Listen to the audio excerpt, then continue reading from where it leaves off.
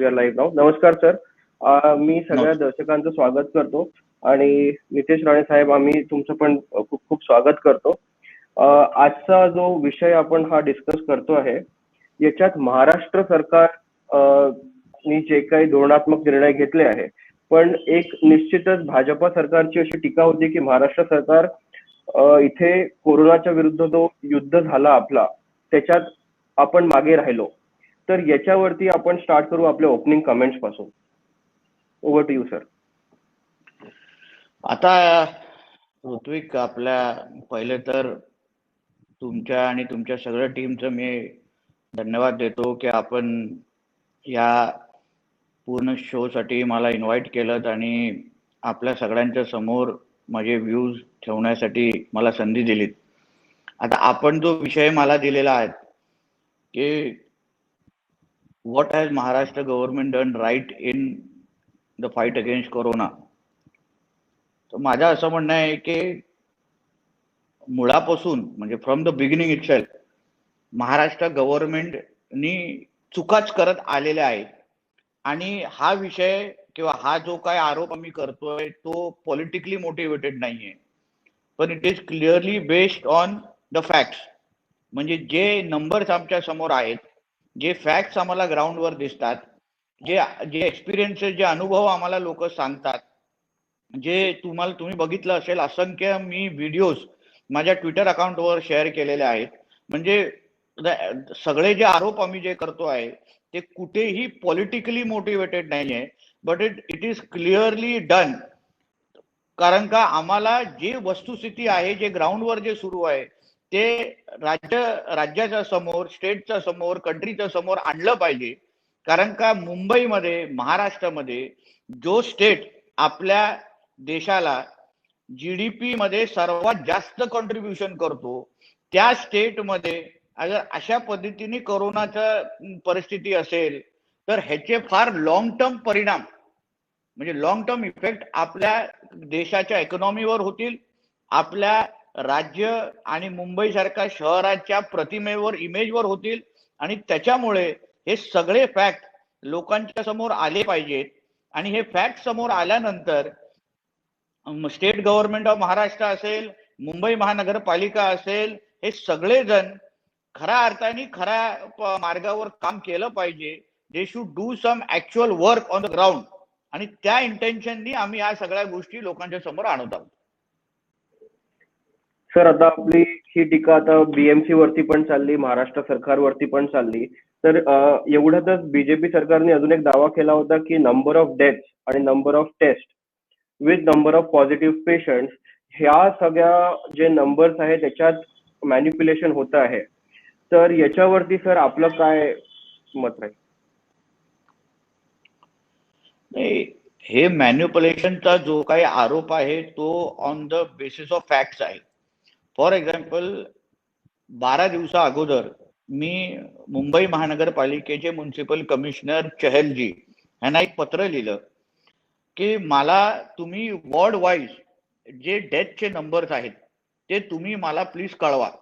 म्हणजे प्रत्येक वॉर्डमध्ये जे किती नंबर ऑफ डेथ ह्या काही 2-3 महिन्यामध्ये झालेले आहेत त्याचे फॅक्च्युअल फिगर्स मला कळवा. Rutvik, it is been the 12th day now. I have not got a reply to my letter. मला पत्राचं उत्तरच मिळालेलं नाहीये.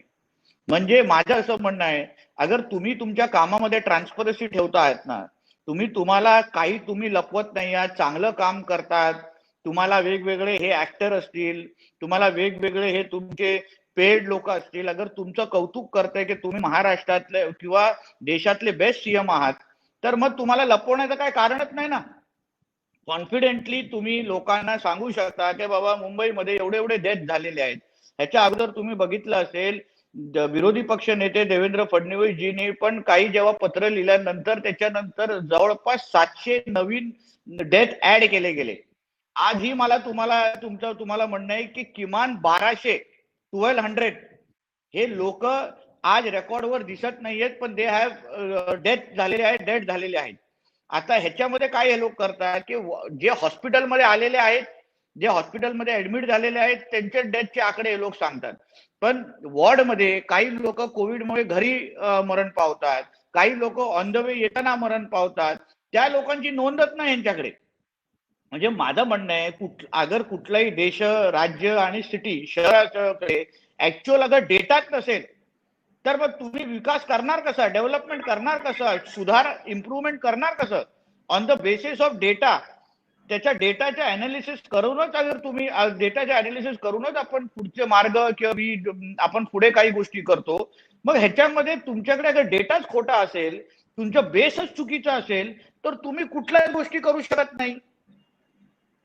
म्हणून आम्ही जे काही आरोप करतो, आम्ही ज्या काही गोष्टी समोर ठेवतोय, it is basis of fact and it is clearly that the Mumbai महानगरपालिका, Maharashtra government is hiding things, लपवत आहेत आमच्याकडून.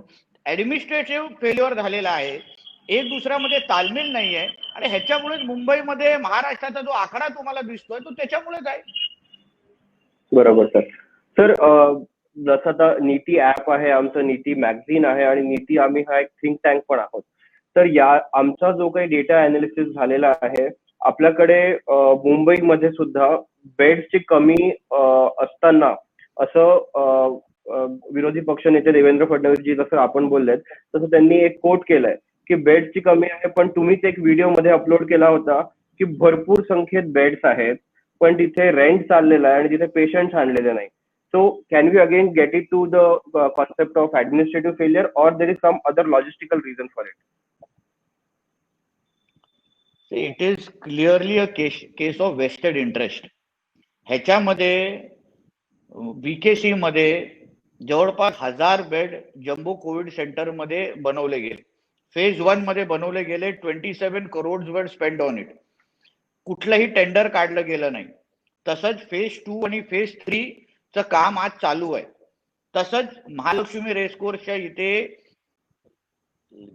गेल्या 1 महिन्यापासून त्यांचं कोविड सेंटर रेडी आहे, but it is not been used. The same thing goes with the NESCO ला जे कोविड सेंटर बांधलेलं आहे, जवळपास 1000 ची कॅपॅसिटी आहे, मोजून तिथे 200-300 ह्याच्यामध्ये बेड भरलेले आहेत. तर माझा मुद्दा असा आहे की एका बाजूला मुंबईकर म्हणतात की आम्हाला बेड भेटत नाही. आम्हाला जेव्हा आम्ही इमर्जन्सी मध्ये 1916 नंबर ट्राय करतो, एक तर तो नंबर कोण उचलतच नाही, आणि चुकून अगर तो नंबर उचलला, जो हेल्पलाईन नंबर आहे, मग तिथून जे आम्हाला सांगितलं जातं की तुम्हाला बेड भेटत नाही, इथे बेडची अनअवेलेबिलिटी आहे.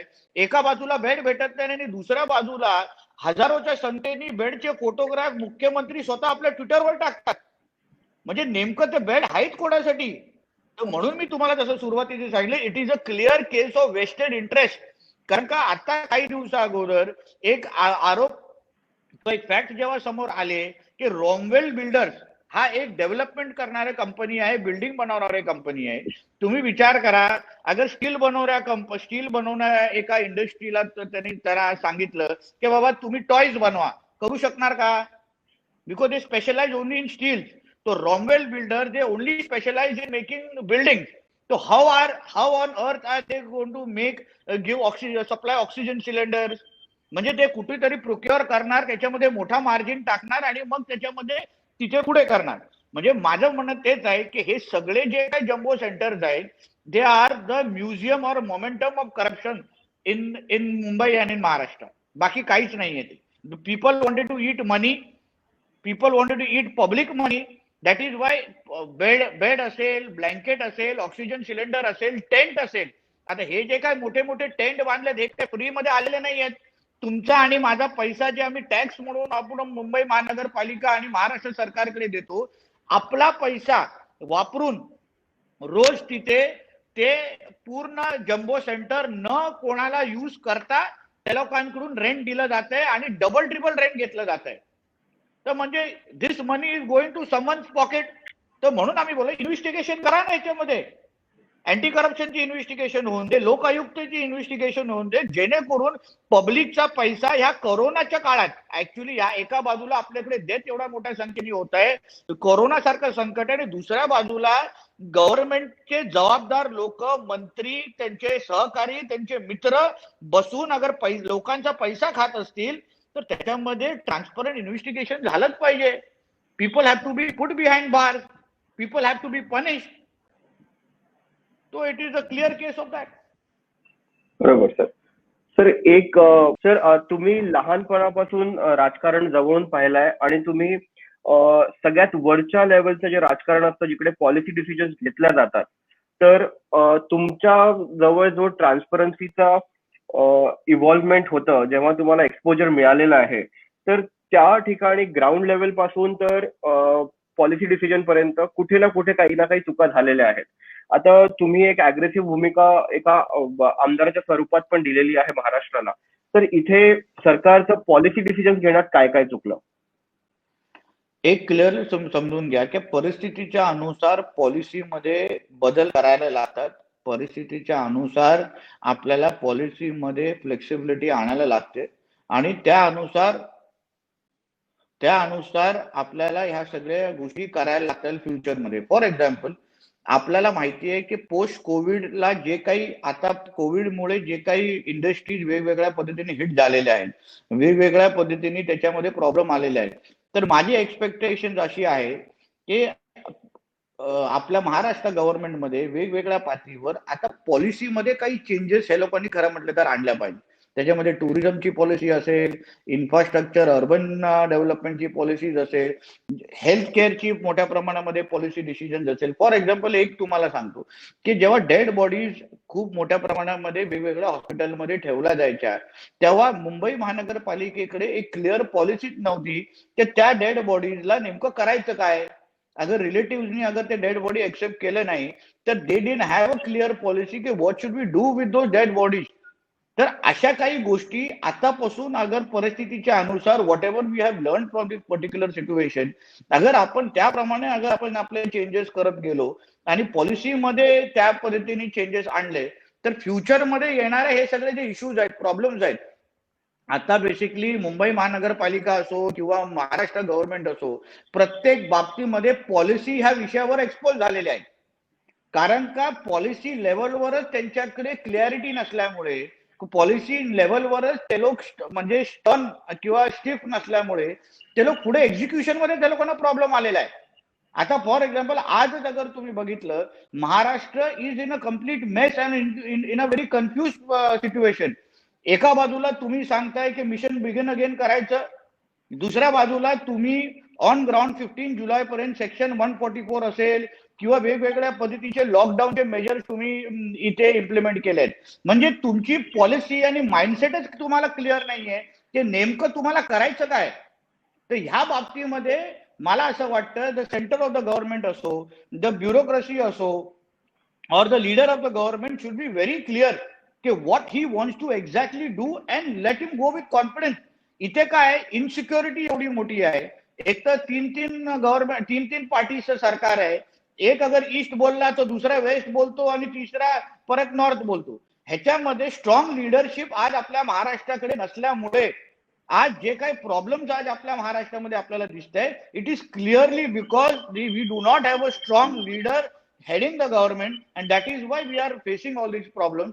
तो पॉलिसी डिसिजन्स मध्ये अगर आपण क्लिअरिटी, ट्रान्सपरन्सी आणि आपल्याकडे अगर क्लिअर कट प्लॅन असेल की पुढच्या 5 वर्षासाठी, पुढच्या वर्षभरासाठी, पुढच्या 3 महिन्यासाठी, क्वार्टरसाठी नेमकं आम्हाला कुठल्या कुठल्या पॉलिसीज इम्प्लिमेंट करून महाराष्ट्राला परत इकॉनॉमिकली आणि महाराष्ट्राला या कोरोनाच्या बाबतीमध्ये परत अगर ऑन ट्रॅक आणायचं असेल, तो what is our game plan of action. Because there is no plan of action today, and that is why Maharashtra is facing all these issues. Okay sir. Sir एक दुसरं जे कॉमन मॅनचा प्रॉब्लेम जो आम्ही on ground सर्वे केलेला आहे, common मॅनच्या 2 complaints आहेत. पहिली complaint म्हणजे आम्ही महाराष्ट्र सरकारकडे जातो, इलेक्ट्रिसिटी बिल आलेलं आहे, कोणाचं दुप्पट आलं, कोणाचं तिप्पट आलं, मागच्या उन्हाळ्यापेक्षा डबल रेटचं इलेक्ट्रिसिटी बिल आलेलं आहे. तर आता याच्यात विषय काय होतो आहे की महाराष्ट्र सरकार म्हणतंय की तुम्ही सेंट्रलकडे जा, सेंट्रलने बघा डिझेल आणि पेट्रोलचे प्राइसेस किती वाढवलेले आहे. तर हा जो ब्लेम गेम चालू आहे ना, की महाराष्ट्र सरकार बीजेपी सरकारवरती जात आहे, बीजेपी सरकार महाराष्ट्र सरकारवरती येत आहे, याच्यात मायग्रंट फसतो आहे. तर हा ब्लेम गेम न हे करता आपल्याला एक काही कॉमन ग्राउंड वरती सोल्युशन मिळू शकेल का? एक समजून घ्या, तुम्ही ह्याच्यामध्ये 2-3 विषय एका प्रश्नामध्ये तुम्ही टाकलेले आहेत. एक तर तुम्ही इलेक्ट्रिसिटी बिल वरून तुम्ही सुरू केलं. तुम्ही एक लक्षात घ्या, इलेक्ट्रिसिटी बिल आता म्हणून ह्याच्या अगोदरचा तो तुमचा प्रश्न होता पॉलिसीज बद्दल. If they had a clear policy. त्यांना माहिती आहे ते गेले 3 महिन्यापासून लोक घरी आहेत, लोक वर्क फ्रॉम होम करतायत. आता वर्क फ्रॉम होम लोकांनी का चालू केलं? कारण का कोरोनामुळे त्याच्याकडून सेफ्टी मिळाली पाहिजे म्हणून गव्हर्नमेंटने त्यांना सांगितलं की you please work from home. Maharashtra was a state which declared a lockdown even before the country declared a lockdown. So the Maharashtra government and its ministers and mainly the power minister clearly knew that people are working from home. So obviously there is going to be more consumption of the electricity. मग ह्या बाबतीमध्ये तुम्ही अगोदरपासून planning का केली नाही?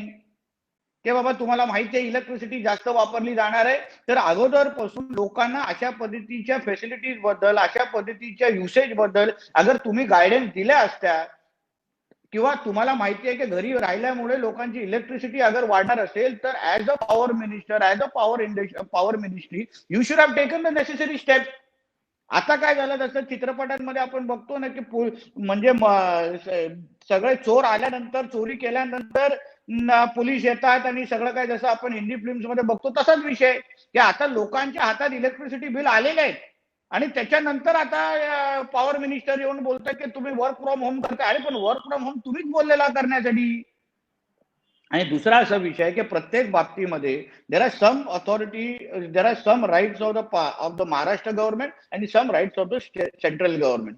If you have consistently seen की central government कडून कंटिन्यूस मदत आपल्या महाराष्ट्र गव्हर्नमेंटला भेटते आहे किंवा ते लोकांनी ऑफर केलेली आहे. The best example is Delhi and the central government. If you must have seen, you must have read how Mr. Amit Shah ji and Mr. Arvind Kejriwal, Chief Minister of Delhi, त्या लोकांनी एकत्र येऊन आज दिल्लीची परिस्थिती हाताळतायत ना. पण आपल्या इकडे ते इगो आहे ना, आम्ही सेंट्रल गव्हर्नमेंटचं का वापरायचं, सेंट्रल गव्हर्नमेंटला का आम्ही मदत मागायची. अहो पण अन्य वेळी तुम्हाला जेव्हा काही पर्सनल गोष्टी पाहिजे असतात तेव्हा तुम्ही सेंट्रल गव्हर्नमेंटकडे जातात. So why can't you go to the central government for public cause, for people of Maharashtra? तेव्हा तुम्हाला करायचं नाहीये. म्हणून मला वाटतं की हे सगळे जे इश्यूज जे आपल्या समोर आज आहेत ते आपण सोडू शकतो, पण do we have the willpower, do we have the vision to solve it? आपल्याला फक्त तिथे महाराष्ट्र स्टेट गव्हर्नमेंटला बसून अगर फक्त पॉलिटिक्सच करायचं असेल, राजकारणच करायचं असेल, then the issues are never going to be solved. आज आपलं डेथ रेट बघा तुम्ही किती आहे, जवळपास 8,000 लोक मेलेली आहेत, डेथ झालेले आहेत. म्हणजे हा फार मोठा आकडा. एक पण व्यक्ती मेल्यावर त्या घरामध्ये केवढं डिस्टर्बन्स होतं हे आपल्याला माहिती आहे. 8,000 people have lost their life and I still say that is not the real figure. याच्यापेक्षा जास्त लोक गेली असतील, हा तर फक्त गव्हर्नमेंटने डिक्लेअर केलेला फिगर आहे. तर ह्या गोष्टीबद्दल अगर तुम्ही मुवमेंट करणार नसाल तर people lose trust on the state government completely. Right sir. तर आता दुसरा विषय आपण जो बोलत होतो तो म्हणजे फ्युएल हाईकचा. आता फ्युएल हाईक हा सेंट्रल कडूनच येतो आहे. इथे आपल्याला मला पुन्हा विषय जोडावे लागतील. एक तर आत्मनिर्भर भारत, दुसरं म्हणजे 20 लाख करोडचा पॅकेज आणि फ्युएल प्राइस हाईक. म्हणजे एकीकडे आपण सरकारकडून 20 लाख करोड रुपयाचं इम्प्लिमेंटेशन ऑन ग्राउंड विचार करतोय, जिथे तुमच्यासारखे साहेब आमदार जे रुरल महाराष्ट्राला रिप्रेझेंट करतात. तर मग तुम्ही दोन्ही गोष्टींना कसं सोबत करणार की महागाई पण नको वाढायला आणि 20 लाख करोडचा पॅकेज सुद्धा इम्प्लिमेंटेशन व्हायला हवा. क्रूड ऑइलचे प्राइसेस आणि fuel hike is also because what is happening internationally.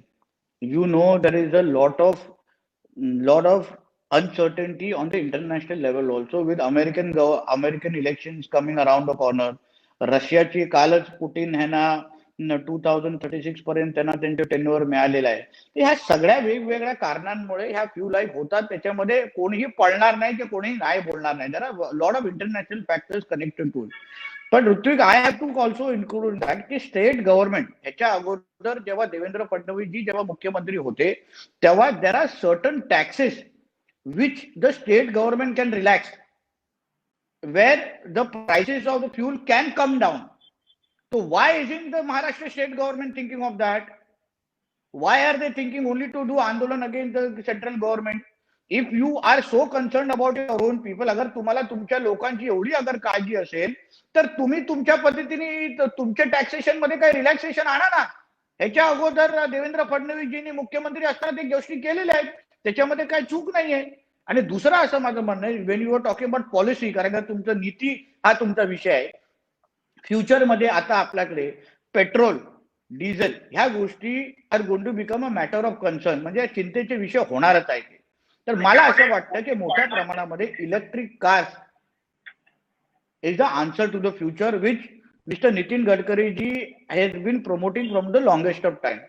इथेनॉलचा वापर असो किंवा इलेक्ट्रिक कारचा वापर असो, a lot of automobile sectors, lot of automobile companies are moving towards electric cars. तर मला असं वाटतं की इन फ्युचर आत्मनिर्भरच्या अँगल असो किंवा understanding where the world and everyone is going, electric कारच्या संदर्भात स्टेट गव्हर्नमेंटनी असे काही पॉलिसीज आणले पाहिजे जिथे people are encourage to buy electric car. People are encouraged to go towards the automobile makers who make electric cars, which is a answer to all their questions. आता तुम्ही usage of म्हणजे electric कार्सच्या मध्ये आपला खर्च बघा आणि fuel मध्ये आपला गाडीचा खर्च बघा, फार मोठा फरक तुमच्याकडे येतो, फार मोठा डिफरन्स आहे त्याच्यामध्ये. तर अशा काही पॉलिसीज अगर महाराष्ट्र गव्हर्नमेंटनी आपल्या कोर पॉलिसीमध्ये अमेंडमेंट आणून अगर त्याच्यामध्ये काय बदल आणले तर मी तुम्हाला बोलतो that is an answer to a lot of question.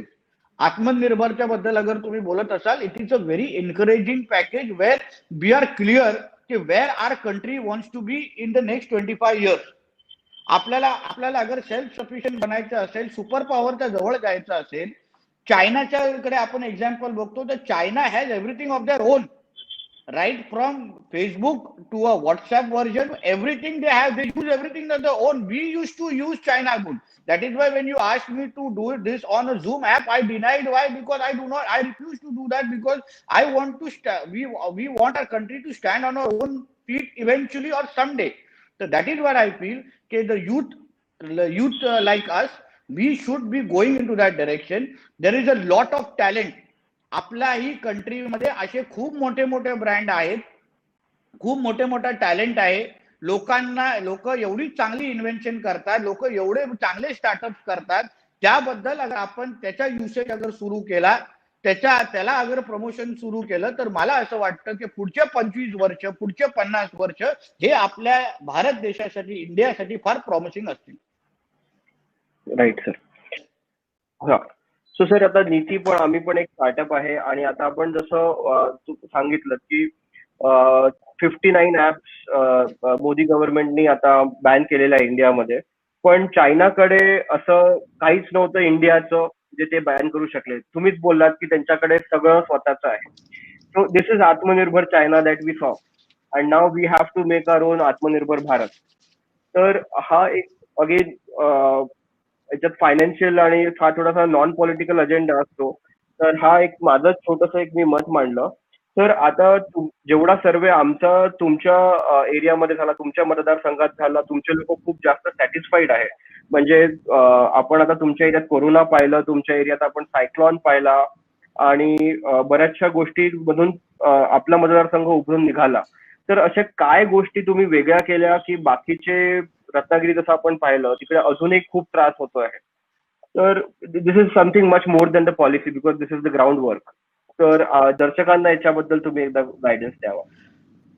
मी माझ्या मतदारसंघामध्ये, माझ्या सिंधुदुर्ग जिल्ह्यामध्ये काम करत असताना एक व्हेरी क्लिअर पॉलिसी माझ्याकडे असते किंवा क्लिअर अप्रोच माझ्याकडे असतो की मी फार ग्राउंड रियालिटेड कामं करतो आणि ग्राउंड रियालिटीला धरून माझे कार्यक्रम असतात ज्याच्या फायदा थेट माझ्या लोकांना होतो. आता आणि त्याच्याबरोबर मी एक महत्वाची गोष्टी काय करतो की माझे जो काय अभ्यास किंवा माझे जे काय वाचन किंवा नॉलेज जे बाहेर जे काय चाललंय, उदाहरण मुंबईमध्ये कुठलं औषध आहे का, दिल्लीमध्ये काही वेगळ्या पद्धतीचे प्रयत्न होत आहेत का, बाहेरच्या देशांमध्ये कोरोना संदर्भात एक वेगळा कुठला अप्रोच किंवा एक वेगळ्या पद्धतीची काही सिस्टम लावली आहे का, मग त्या सगळ्या गोष्टी मी माझ्या जिल्ह्यामध्ये, माझ्या मतदारसंघामध्ये इम्प्लिमेंट करतो. फॉर एक्झाम्पल ऑक्सिमीटरचा हा प्रयोग हा दिल्ली गव्हर्नमेंटनी काही आठवड्याच्या अगोदर केला, जिथे प्रत्येक माणसाकडे जाऊन त्याच्या घरामध्ये जाऊन, आता कोरोनाचा सर्वात मोठा पहिला इंडिकेशन काय असतं की जेव्हा आपलं ऑक्सिजन लेवल जेव्हा खालती जातं तेव्हा आपल्याला कळतं की आपल्याला कोरोना झालेला आहे किंवा we are walking towards it. तर ते जेव्हा मी काही माहिती दिल्ली गव्हर्नमेंटच्या संदर्भात मी वाचली, तर ते लगेच मी माझ्या मतदारसंघामध्ये किंवा कणकवली सिटीमध्ये ऑक्सिमीटर अवेलेबल करून दिले. नगरपंचायतीला सांगितलं की लोकांचे 2दा तरी तुम्ही ऑक्सिजन तपासा, जेणेकरून आपल्याला ऍक्च्युअल फॅक्च्युअल काय ती काय गोष्टी चालेल. रेमडेसिवीर नावाचं एक इंजेक्शन आलेलं आहे, त्याच्यामुळे 3rd आणि 4th स्टेज म्हणजे अवॉइड डेथ हा एक फार मोठा त्याच्यामुळे आपल्याला मदत होते. आता मला माहिती आहे की Maharashtra government is taking time in order to procure this. मी एक थोडं पुढे गेलो की मला माहिती आहे की मी यांच्याशी या गव्हर्नमेंटच्या बोलण्यामध्ये अगर मी बिझी राहिलो तर मला लोकांचे आयुष्य वाचवायला मिळणार नाही. इव्हेंच्युअली काय असतं, आमच्यासारखे लोकप्रतिनिधी किंवा शासकीय यंत्रणा किंवा सरकार हे लोकांसाठी असलं पाहिजे. Do what ever that will save a person life, and whatever cost you have to pay, that you have to pay as their public servant or as a person who is standing because of them, whatever it is. That is a clear policy in my mind की जे काही best जगामध्ये, अन्य राज्यांमध्ये, अन्य शहरांमध्ये available आहे ते मी माझ्या लोकांसाठी अवेलेबल करणार. चांगल्या काही पॉलिसीज असतील, फॉर एक्झाम्पल आमच्या इकडे आंबा हा फार मोठ्या प्रमाणामध्ये उत्पादन होतो, स्पेसिफिकली माझ्या देवगड तालुक्यामध्ये. तर मला माहिती आहे ह्यावेळीचा आंबा सीझन हा डिफिकल्ट जाणार लोकांसाठी, कारण का एपीएमसी मार्केट हा मोठ्या प्रमाणामध्ये उघडं नव्हतं किंवा आंबे विकले जात नव्हते. तर मी दुसरा काय प्रयत्न केला, तर I spoke to Big Bazaar, I spoke to D Mart, I spoke to Anand महिंद्रजींशी मी बोलून त्यांचा एक मेरा किसान नावाचा ब्रँड आहे. मग मी त्यांना सांगितलं की व्हॉट इफ फ्रॉम म्हणजे फार्मर शेतकऱ्यांकडून डायरेक्ट अगर मी बिग बाजारकडे, शेतकऱ्यांकडून डायरेक्ट अगर मी मेरा किसानकडे अगर पाठवायला सुरू केलं तर ह्याच्यामध्ये शेतकऱ्याचा पण माल विकला जातो, त्याचबरोबर हे जे काय मॉल्स आहेत, हे जे काय मोठे ब्रँड आहेत त्यांनाही थेट शेतकऱ्यांचा आंबा भेटतो, जो मधले कुठलाही एजंट त्याच्यामध्ये नसेल. तो चॅनल ह्या सीझन मध्ये आम्ही एस्टॅब्लिश करून दिला किंवा त्याचा विंडो ओपन करून दिला. त्याचे लॉंग टर्म परिणाम काय होतील की ह्या सीझन मध्ये कदाचित त्यांचा असलेला माल विकला गेला असला तरी पुढच्या सीझन पासून त्यांना एवढे मोठे ब्रँड ते त्यांच्या कॉन्टॅक्ट मध्ये आलेले आहेत, त्यांना एपीएमसी वर कम्प्लिटली डिपेंड राहायला लागणार नाही. तर ह्या गोष्टी कधी होतात, when you are very clear कि what you want to do for your people, you are very clear, you should have the political willpower, political इच्छाशक्ती असणे महत्वाची आहे की तुम्हाला तुमच्या लोकांसाठी परफॉर्म करायचं आहे म्हणजे करायचं आहे. People do not like excuses, people do not like hearing reason. नाही ऐकणं हे लोकांच्या डिक्शनरीमध्ये नाही. म्हणून मला आमदार बनवलाय, मला एमएलए बनवलाय, माझी जबाबदारी आहे, मी काही करीन, कोणाशी संपर्क करीन, कुठल्याही देशात जाईन, कुठे हातपाय मारेन, पण मी माझ्या लोकांसाठी जे बेस्ट आहे ते तिथे अवेलेबल करून देतो. म्हणून तुम्हाला तो फरक ऑन ग्राउंड माझ्या मतदारसंघामध्ये आणि माझ्या जिल्ह्यामध्ये दिसला. बरोबर सर. सर एक सेकंड लास्ट क्वेश्चन वरती मी येतोय. आज सर तुमचं सरकार असतं आणि आमच्या नागपूरचे मुख्यमंत्री राहिले असते तर काय फरक राहिला असता थोडक्यात? एक आहे सर्वात सोपं, ते सेंटर बरोबर कोऑर्डिनेशन फार चांगलं झालं असतं. Devendraji is a very well educated and a very visionary leader that we have. Last 5 years तेव्हा अगर आम्ही ऑपोजिशन मध्ये असलो तरी गेले 5 वर्ष ज्या पद्धतीने त्यांनी महाराष्ट्र सांभाळला, आजही ऋत्विक आजही तुम्हाला सांगतो, आज जेवढं मुख्यमंत्री फिरले पाहिजे त्याच्यापेक्षाही डबल आज देवेंद्रजी फिरतायत. तुम्ही त्याचे ट्विटर अकाउंट बघा, टीव्हीवर बघा, आज अमरावतीला असले तर उद्या सोलापूरला असतील, सोलापूरला असतील तर परवा पुण्याला असतील. एवढ्या पद्धतीने ते महाराष्ट्राच्या लोकांना धीर देत आहेत. चक्रीवादळ झालं ते लगेच ते आमच्या रायगड, आमच्या रत्नागिरी आणि या सगळ्या भागात आले आणि लोकांना रिलीफ मिळून दिला. महाराष्ट्र गव्हर्नमेंटने अजूनपर्यंत कुठलाही रिलीफ दिला नाही, पण भारतीय जनता पक्षाच्या मुंबईच्या युनिटनी त्यांना खाणं आणि अन्नधान्य ऑलरेडी पाठवून दिलं होतं. तर मला असं वाटतं की अगर देवेंद्रजी ह्या सिच्युएशन मध्ये अगर मुख्यमंत्री असते तर मला विश्वास आहे की आज कोरोनाचा आकडा पण कमी असता आणि आज आपल्याला लॉकडाऊनच्या पण परिस्थितीमध्ये राहायला लागलं नसतं. मी तुमच्या स्टुडिओमध्ये बसून, नागपूरमध्ये बसून तुम्हाला फेस टू फेस इंटरव्ह्यू दिला असता. Right sir. Sir last closing comment जनतेसाठी आणि माझ्याकडून तुमच्यासाठी सर एक मेसेज की तुमचं जे लढाई आहे कोरोनाबाबत ती खूप जोरदार चालू आहे.